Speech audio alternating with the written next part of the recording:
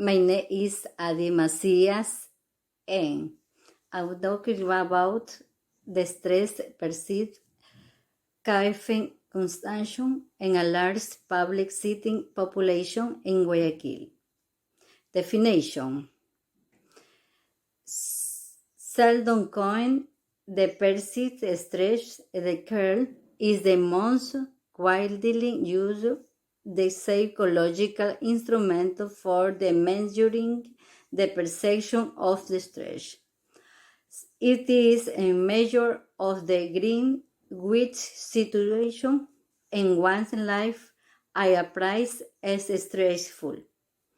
This circle also includes a number of those querying about current of experience stress.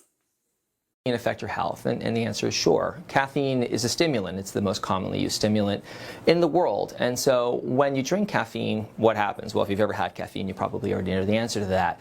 It's a stimulant, so you're going to feel acutely more activated, more alert. You may even feel a little euphoric. So you feel good when you drink a little bit of caffeine.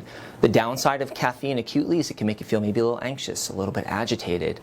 The bottom line is, in terms of health effects with caffeine, caffeine is actually pretty safe in moderate amounts. So up to 4 cups of coffee a day are felt to be, if anything, protective.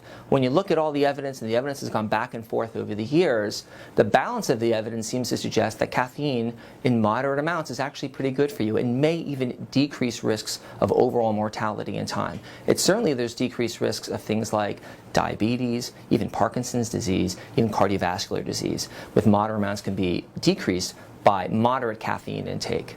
On the downside, if you're drinking too much caffeine, you may be getting rebound headaches when you stop it. It may make you feel agitated if you quickly stop it as well. So moderate your caffeine intake, and if you have any further questions, feel free to talk to your primary care physician or to myself or any of my colleagues at Mount Sinai Doctors, Brooklyn Heights. Application in nutrition. Caffeine can negatively affect our health if not consumed in moderation. Caffeine can cause nutrient depletion of important nutrients like vitamin B6 and interfere with the nutrient absorption of essential minerals, including calcium, iron, magnesium, and vitamin. Caffeine and stress can both elevate cortisol level.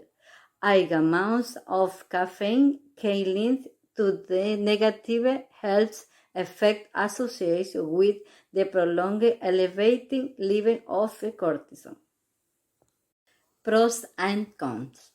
Pros. Short-term effect of caffeine consumption: improved exercise performance, improved ability to remain awake and mentally alert after fatigue, faster information processing speed and reaction time, and heightened awareness and attention. Cons: increased blood pressure and alertness, anxiety, and heightened consumption can be caused on the risk of alert attack among young adults. This is the most commonly used psychoactive drug in the world. Not the coffee, but the caffeine in it. There's a reason caffeine is so popular. It has some great effects on the body.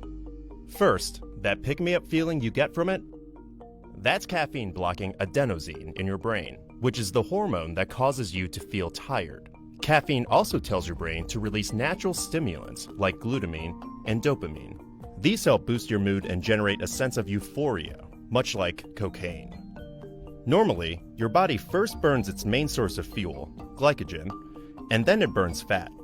But caffeine disrupts this process, telling the body to burn fat earlier, preserving your glycogen stores for later. That's why your body can work harder without feeling like it is, making caffeine the most common performance-enhancing drug used in sports. If you're a little tired, studies have shown that caffeine will improve focus by enhancing reaction time and memory recall. And if you're not feeling well, Caffeine can fix that too. It speeds up the body's ability to absorb aspirin and acetaminophen, making them work faster and last longer. But it's not all good news. Ever realize the more coffee you drink, the more you need it? That's your body building up a tolerance. With each cup, your body produces more receptors for adenosine, so you need more caffeine to block those receptors and feel energized. You also produce more stomach acid after consuming caffeine, which can lead to heartburn. Too much caffeine, and you're likely to start feeling anxious. That anxiety comes from the adrenaline your body releases when caffeine excites the brain cells. Over time, you can even develop a caffeine addiction. And quitting cold turkey can cause withdrawal symptoms like headaches and fatigue. Caffeine also has a long shelf life in the body. It can take over 4 hours for just half the caffeine to wear off. So you might want to reconsider that afternoon cup of joe. Issue apply in Ecuador.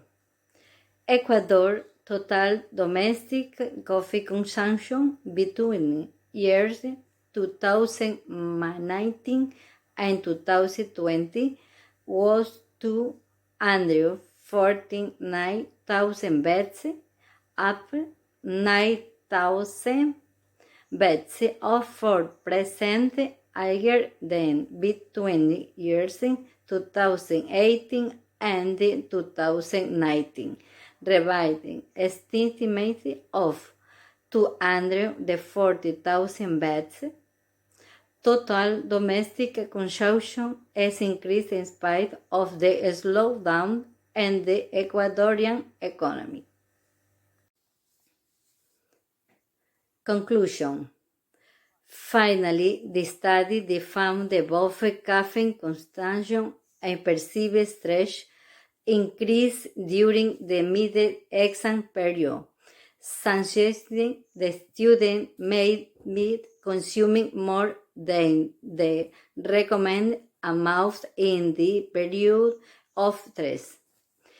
Education may help students and adults to reduce their risk of experiencing negative effects from both caffeine consumption and stress. From morning coffee to afternoon tea, caffeine is so thoroughly entrenched in our daily routines and has become the world's most widely used psychoactive substance. Caffeine is a chemical compound that stimulates the central nervous system. It accomplishes this by attaching itself to adenosine receptors in the brain. In doing so, it blocks adenosine molecules, which are responsible for slowing down the central nervous system before we sleep. The result? Adenosine cannot regulate and neurons start firing. This results in a person's reduced fatigue and increased alertness and cognitive performance, side effects many seek by consuming caffeine.